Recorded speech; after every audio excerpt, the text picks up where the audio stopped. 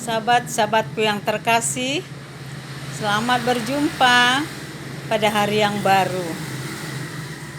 Marilah kita bersyukur dengan mengatakan bersama-sama, Engkaulah Tuhan, matahariku dan gunung batuku. Berkat-Mu selalu baru setiap hari kepadaku dan kepada seluruh umat manusia, seperti matahari-Mu yang tidak pernah terlambat bersinar. Sahabat-sahabatku yang terkasih, ada beberapa poin yang mau saya ceritakan tentang pengalaman saya ketika opname menjalani kemoterapi.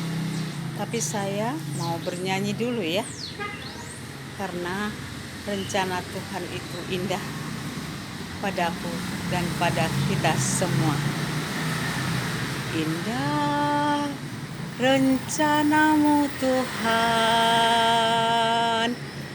di dalam hidupku,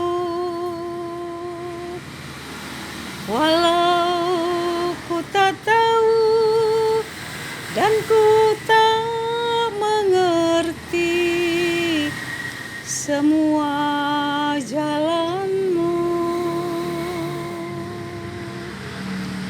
Dulu ku tak tahu Tuhan, berat ku rasakan,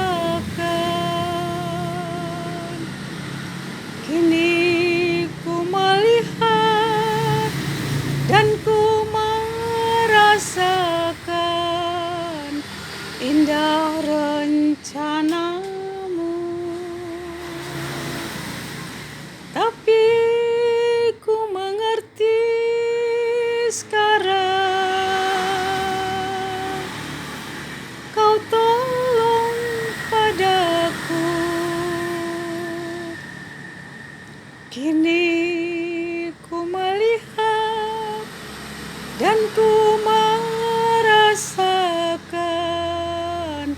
indah rencana-Mu. Sahabat-sahabatku yang terkasih, kita bisa mengatakan indah rencana Tuhan walaupun kita telah menjadi seseorang yang menderita penyakit kanker usus seperti saya. Kalau kita mau menerima rencana Tuhan itu dengan iman, apapun agama kita terima dengan iman, maka hari-hari kita akan menjadi ringan, hari-hari kita akan mampu mengucap syukur, hari-hari kita akan berbahagia. Sahabat-sahabatku yang terkasih, saya mau cerita dulu sedikit ya pengalaman saya waktu opname. Kalau saya menjalani kemoterapi infus di Rumah Sakit MRCC Siloam, kita tidak bisa memilih siapa teman kita satu kamar, karena itu adalah ketentuan rumah sakit. Di kelas 1 kita bednya ada 3 pasien, dan kadang-kadang teman kita tidak seiman dengan kita. Ada yang datang dari Papua, ada yang datang dari Lampung, ada yang datang dari Medan, dari seluruh penjuru tanah air Indonesia yang kita cintai ini. Ada pasien kanker yang berobat di Rumah Sakit MRCC Siloam, karena rumah sakit ini adalah rumah sakit kanker yang terbesar selain Rumah Sakit Kanker Darmais. Saya mengucap syukur kepada Tuhan diberi tempat pelayanan rumah sakit yang penuh cinta kasih. Sahabat-sahabatku yang terkasih, setiap hari kita harus mendengarkan keluhan dari pasien-pasien kita satu ruangan. Kadang-kadang ada ibu-ibu yang kesakitan, yang menjerit-jerit. Kadang-kadang ada yang menangis berteriak-teriak. Semua itu tidak bisa kita elakkan. Dan kita mendengar semua itu setiap hari, setiap saat. Maka itu kita harus banyak berdoa ketika kita diopname bersama-sama dengan teman-teman yang datang menjalani perawatan kemoterapi karena kanker. Sahabatku yang terkasih, pada suatu hari di sebelah kanan saya ada seorang ibu yang menjelang tengah malam dia dibawa masuk ke dalam ruangan. Persis di sebelah kanan saya hanya dibatasi oleh horden saja. Ibu-ibu yang terkasih, rupanya ibu itu sudah sangat kritis. Ketika suster datang mengganti infus saya bertanya, "Suster, ada pasien baru?" "Iya." "Siapa?" "Orang Bali, suaminya orang Batak." Ya Tuhan, semoga Tuhan menolong ibu ini. Katanya sudah kritis. Sahabat-sahabatku yang terkasih, hanya 2 jam saja kemudian saya mendengar ada suara-suara dokter, ambil ini, ambil itu, ambil ini, ambil itu. Saya dengar begitu sibuk, tapi mata saya ini seperti dilem, tidak bisa terbuka, hanya bisa mendengar suara. Saya ingin membuka horden ini, tapi mata saya tidak bisa. Ternyata setelah 2 jam ibu ini ada di dalam ruangan. Ibu ini meninggal, pulang ke pangkuan Bapa di sorga.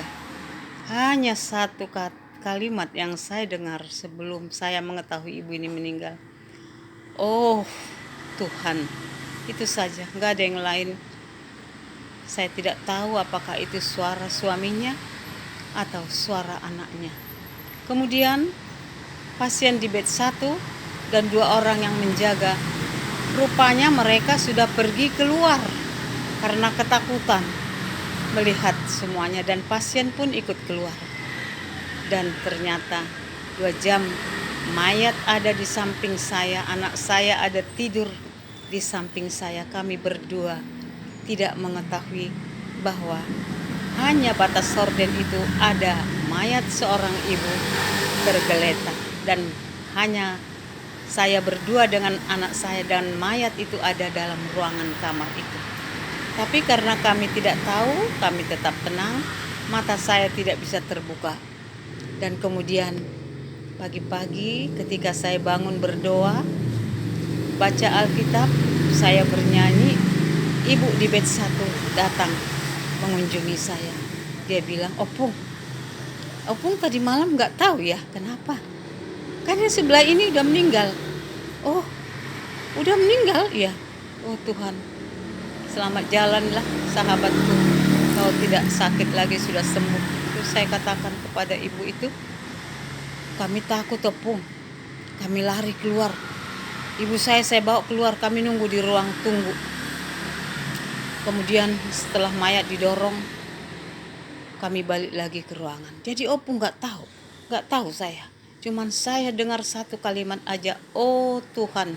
Gak ada yang lain, cuman saya dengar sibuk, ada suara kertak-kertuk. Rupanya tempat tidur itu ada dari kamar mayat mengambil mayat itu. Itulah yang saya dengar. Saya bilang sama sahabat saya itu, begitulah ibu-ibu yang terkasih, karena situasi dan kondisi maka kita harus dibuat menjadi berani. Setiap saat, kadang-kadang kita turun ke parkiran, kita sudah melihat peti mati akan masuk ke dalam rumah duka. Itulah pengalaman saya, ibu-ibu yang terkasih. Jadi sekarang saya menjadi kuat, saya menjadi berserah terus kepada Tuhan. Ternyata apapun agama kita, pada akhir hidup kita di dunia ini sementara rumah kita sama 2 kali 1. Karena itu marilah kita terus berdoa, bersyukur pada Tuhan. Dan mari kita katakan setiap saat, Engkaulah Tuhan matahariku dan gunung batuku. Berkat-Mu selalu baru setiap hari, seperti mataharimu yang tak pernah berhenti bersinar. Salam kasih, salam sehat, tetap semangat semua.